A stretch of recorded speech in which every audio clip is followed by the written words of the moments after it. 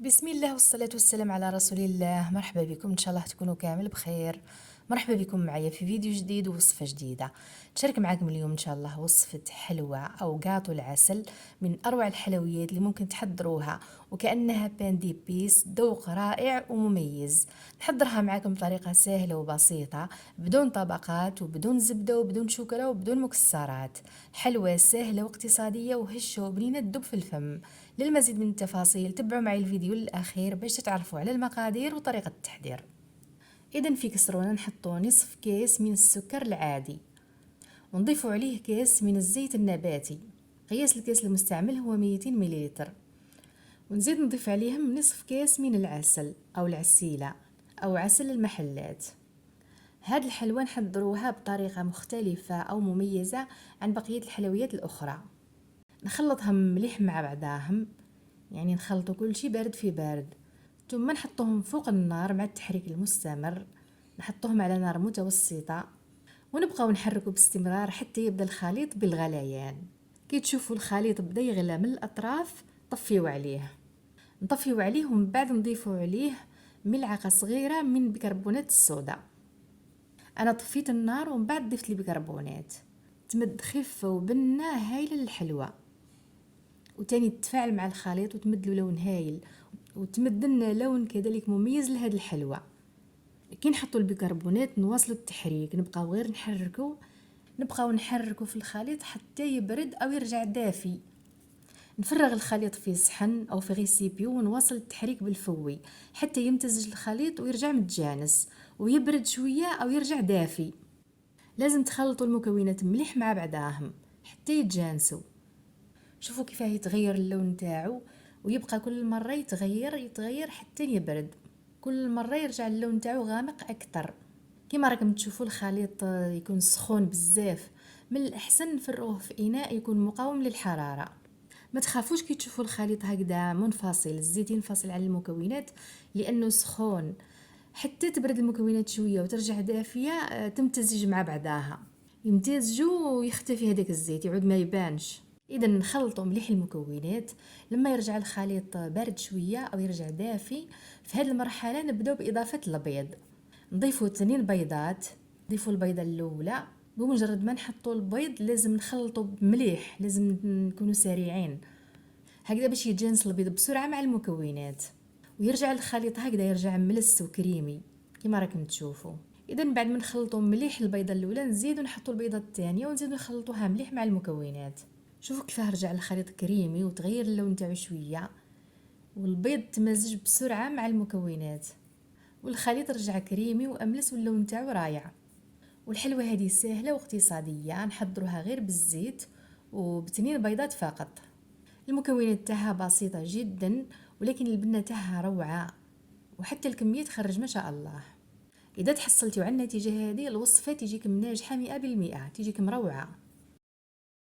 في هذه المرحله نضيف رشه من الملح وملعقه صغيره من الفاني السائل، وإلا ما عندكمش السائل تقدروا تستعملوا بودره. نخلطوهم شويه ثم نبداو نضيفوا في الفارينه او الدقيق الابيض. نضيفوا في البدايه 2 كاس من الفارينه، يعني نفس الكيس اللي تكيلوا به في السابق او في البدايه تكيلوا به الفارينه كذلك، هكذا باش تجيكم المقادير مضبوطه.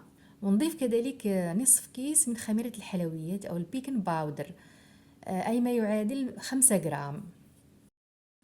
نخلطهم مليح بالفوي، ثم نزيد نضيفوا الكاس الثالث، ونزيد نضيف عليها الكاس الرابع. نضيفوه بالتدريج. اي الكميه اللي استعملتها نتاع الفارينه هي 4 كؤوس، يعني هذه المقادير مضبوطه. نلموا العجينه بالاصابع فقط، ما نعجنوهاش.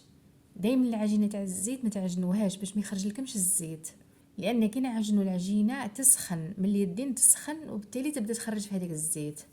وإلا خرج الزيت من العجينه من بعد الحلوى تجيكم يابسه. والعجينه تاع الحلوى هذه لازم ديروها طريه، تكون طريه كما راكم تشوفوا وتلتصق في اليد هكذا باش من بعد الحلوى تيجي هشه وخفيفه. بعد نجيبو الصينيه او البلا اللي نطيبوا فيه الحلوى. انا استعملت الصينيه هذه تاع 30 على 25، او استعملوا 30 على 24. ندهنوها بشويه زيت ندهنوها كامل حتى الاطراف باش ما تلصقناش الحلوى. ثم نبسطوا العجينه، نبسطوها مليح هكذا، ونسويو السطح تاعها لازم يكون مستوي باه من بعد كي طيب تيجي بنفس المستوى والحبات يجيو غد بعضاهم. عدلوها هكذا باليد او استعملوا الكوبات.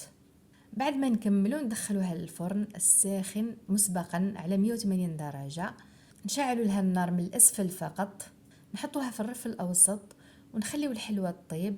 لما نشوفوها بدات تحمر من الأطراف نطفيو عليها من الأسفل ونشعلوا لها من فوق، ونخليوها تكمل الطيب حتى تاخد لون ذهبي محمر. مدة الطهي تاعها حوالي 20 دقيقة. هاي الحلوى طابت، شوفوا اللون اللي خداتو هايل. كنخرجوها من الفرن نخليوها على الأقل 5 دقائق، ثم نقلبوها فوق صينية أخرى. قلبتها هكذا كما راكم تشوفوا. نخليوها تبرد شوية ومن بعد نقطعوا الحواف تاعها، نقطعوا الأطراف هكذا ونفتوهم سواء باليد أو بالأشوار، ونخليوهم نزينوا بهم الحلوى. من الأحسن تستعملوا هكذا الأشوار ورحيوهم يجوكم هايلين على حبة. بعد ذلك ندهن الوجه نتاع الحلوى بمربى المشمش. استعملوا حوالي 4 أو 5 ملاعق تاع المعجون أو المربى، ندهنوها مليح هكذا. إذا كان المربى أو المعجون تاع المشمش ثقيل من الأحسن تضيفوا له ملعقة تاع ماء الزهر.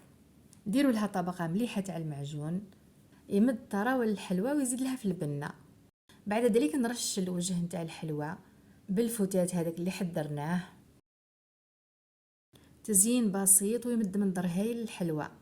كي نكملوا التزيين نخليو الحلوى تبرد مليح وتتماسك هذيك الطبقه تاع المعجون والتزيين هذاك اللي من فوق، ومن بعد نقطعوها.